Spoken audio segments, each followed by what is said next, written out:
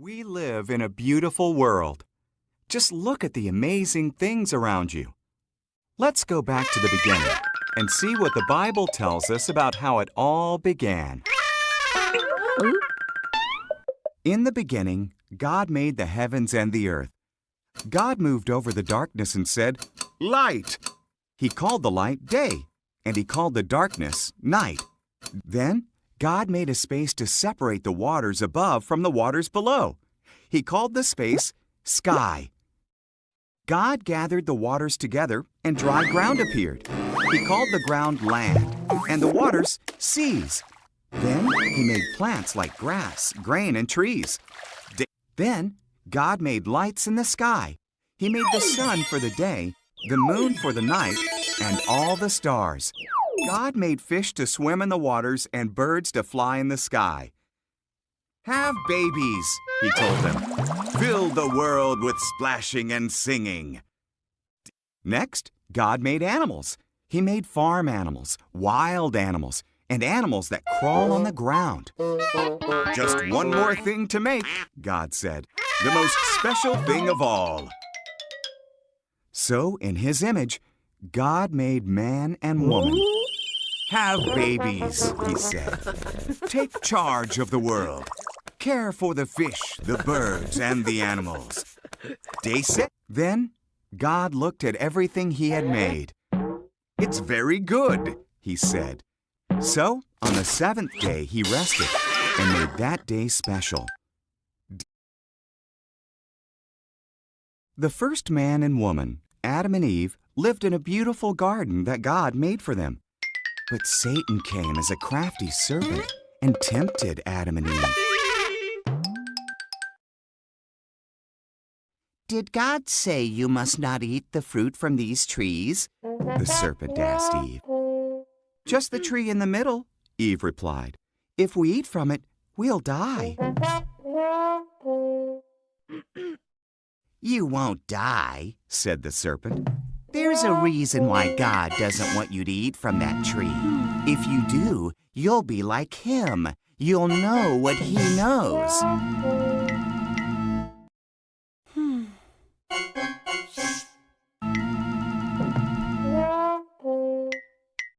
Eve ate the fruit. She gave some to Adam, who was with her. He ate it too.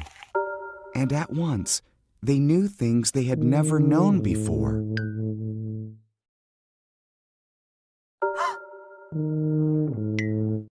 One thing they knew was that they were naked. They sewed leaves together to cover themselves. They'd never felt fear or shame before, so they knew something was wrong. "Adam," God called. "Eve." "We're hiding," said Adam. "We're naked." "You know that because you ate from the tree," God sighed. Then Adam blamed Eve, and Eve blamed the serpent. God said, "Serpent, you must crawl on your belly. A woman's son will defeat you.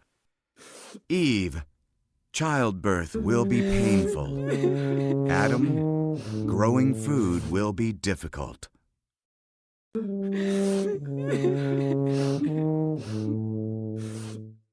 Then God made clothes for Adam and Eve and sent them out of the garden. He put an angel with a flaming sword there, so they could not return.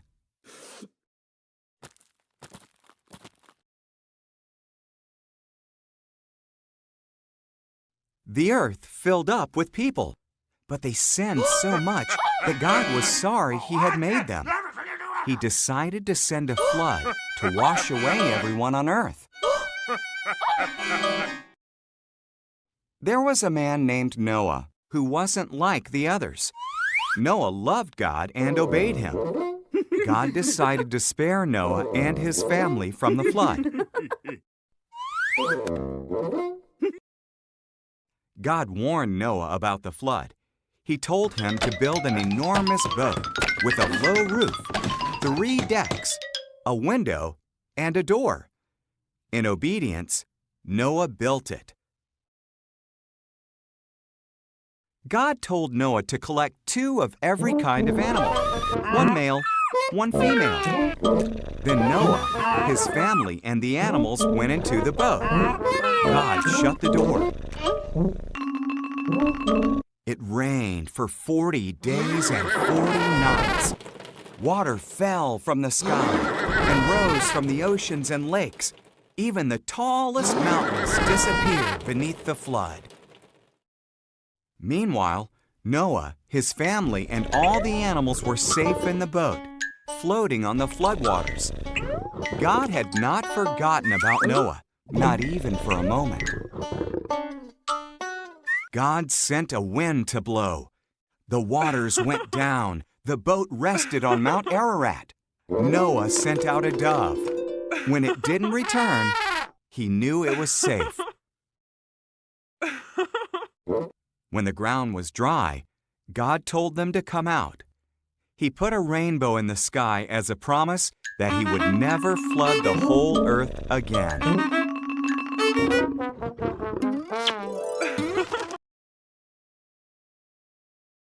Abraham lived in Haran. Abraham, God said, I want you to leave Haran and go to another land. God didn't tell Abraham where that was. Trust me, God said. Do this, God said, and your children will become a great nation. How? Abraham wondered. His wife Sarah was too old to have children. Trust me, God said. Go where I tell you, God said, and you will have more descendants than there are stars in the sky. They will bless the whole world. Trust me. So Abraham trusted God. He took Sarah, his nephew Lot, and everything they owned. He went where God told him to go. He went to the land of Canaan. When he arrived, Abraham camped at Shechem. God appeared to him. I will give this land to you and your children, God said. Abraham built an altar to God there.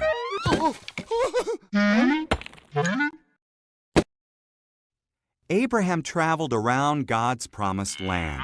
He was glad that he had trusted God. So he built another altar and gave thanks to God for all he had been promised.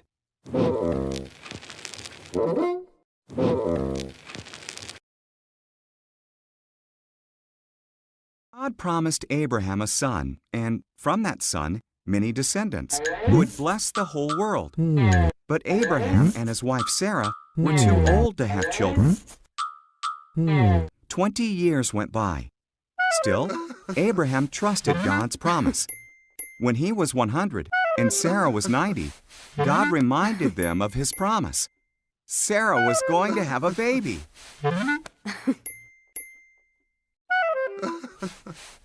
When their son was born, Sarah was so joyful that she laughed. God has brought me laughter, she said. So they named their son Isaac, which means he laughs.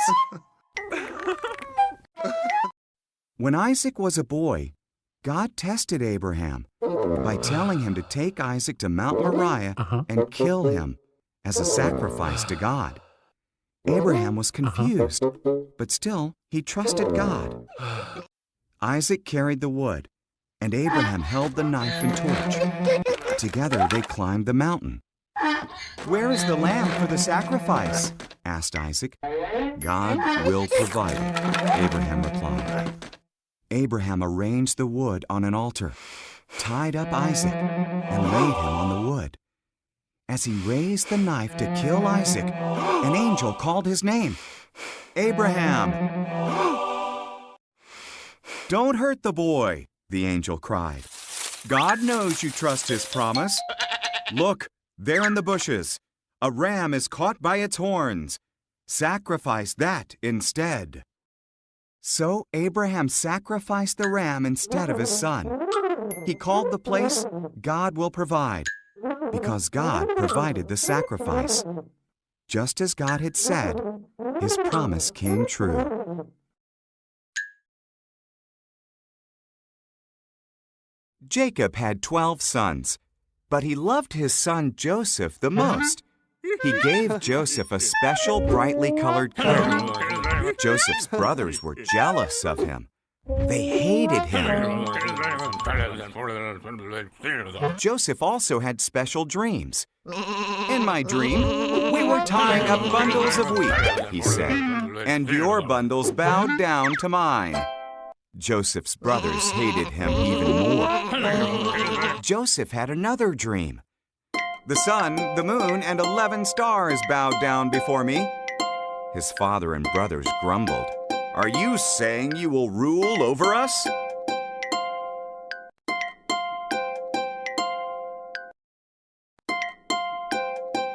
One day, Joseph's brothers were in the fields watching their sheep.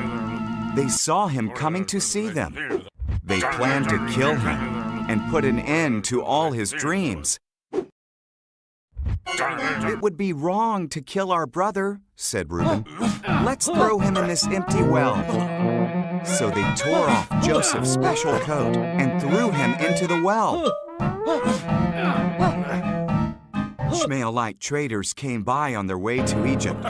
Let's sell Joseph as a slave to the Ishmaelites, suggested Judah. So the brothers sold Joseph for 20 pieces of silver. The brothers dipped Joseph's coat in goat's blood and showed it to Jacob. My son is dead, he wept. Meanwhile, Joseph was taken to Egypt, but God was with Joseph. In Egypt, the Ishmaelites sold Joseph to Potiphar, one of Pharaoh's captains. God blessed Joseph and made him successful. Potiphar put Joseph in charge of his whole household. Joseph served Potiphar well. Potiphar's wife wanted Joseph to sin against God. Joseph refused, so she lied about him. Potiphar believed her, and Joseph was thrown into prison. In prison, Joseph met 2 of Pharaoh's servants. They each had dreams, and God showed Joseph their meaning. Joseph's explanations came true. The cupbearer was released, and the baker was hanged. 2 years later, Pharaoh had 2 troubling dreams. The cupbearer remembered what Joseph had done for him and told Pharaoh. So Pharaoh sent for Joseph and told him his dreams. God showed Joseph the meaning of Pharaoh's dreams.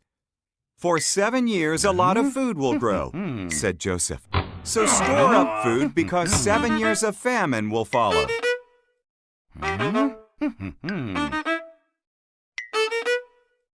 Pharaoh was impressed by Joseph's wisdom, so he put Joseph in charge of storing up all the food. Apart from Pharaoh, no one in Egypt was more powerful than Joseph. Joseph's brothers went to Egypt to buy food. They bowed before Joseph, but did not recognize him. When he saw that they had changed, he told them who he was. The brothers were terrified. You meant to harm me, Joseph said, but God used that for good. Bring all of our family to Egypt. We will have plenty to eat.